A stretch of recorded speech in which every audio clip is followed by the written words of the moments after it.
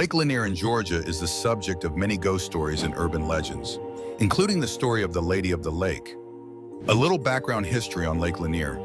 Lake Lanier was created in the 1950s, and a lot went into creating this lake. Over 700 families had to relocate old mills, old bridges, and precious farmlands that had been passed from generation to generation had to be given up in order for the lake to happen. The lake swallowed up those properties as the water began to fill up.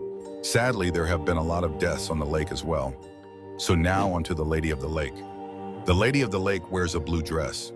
She appears to be missing both of her hands. She spends her time wandering up and down the bridge outside of Gainesville on Dawsonville Highway. The Lady on the Lake's story is paramount in this area. The lady in the blue dress was Delia Parker Young. She and her friend, Susie Roberts, were headed out on the town for the night, but things did not go well for them.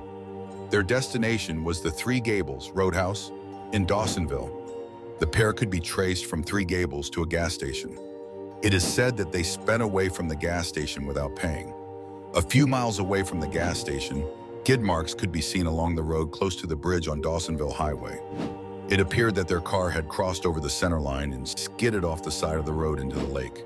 The lake was searched extensively, but no luck finding the car or either of the two women. In fact, it was not until 18 months later when a man fishing under the Dawsonville Bridge discovered one of the bodies that just happened to float up where he was fishing. The body had both hands missing and her left foot was minus 2 toes. A positive identity could not be made because the woman had dentures and no fingers for fingerprints since her hands were both missing. The body was laid to rest at the Alta Vista Cemetery in an unmarked grave. Fast forward to November 1990 when a construction crew was working on the bridge and made an amazing discovery.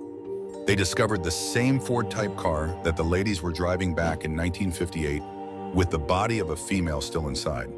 The body was later identified by the Roberts family as being that of Susie Roberts. This was 32 years later. The unmarked grave of the other woman was replaced with a new headstone for Delia Mae Parker Young, based on the discovery of Susie Roberts' body. Even though both women were finally given a proper burial, Delia is still seen wandering on the bridge in her blue dress. She is described as lost in the dark and searching. She is searching, but for what? Her hands, her friend, or her way back home? I guess we will never know, but it makes for a good story. Be careful on this lake. There are reports that the lake is cursed, and there is no telling what or who might be underneath the murky water.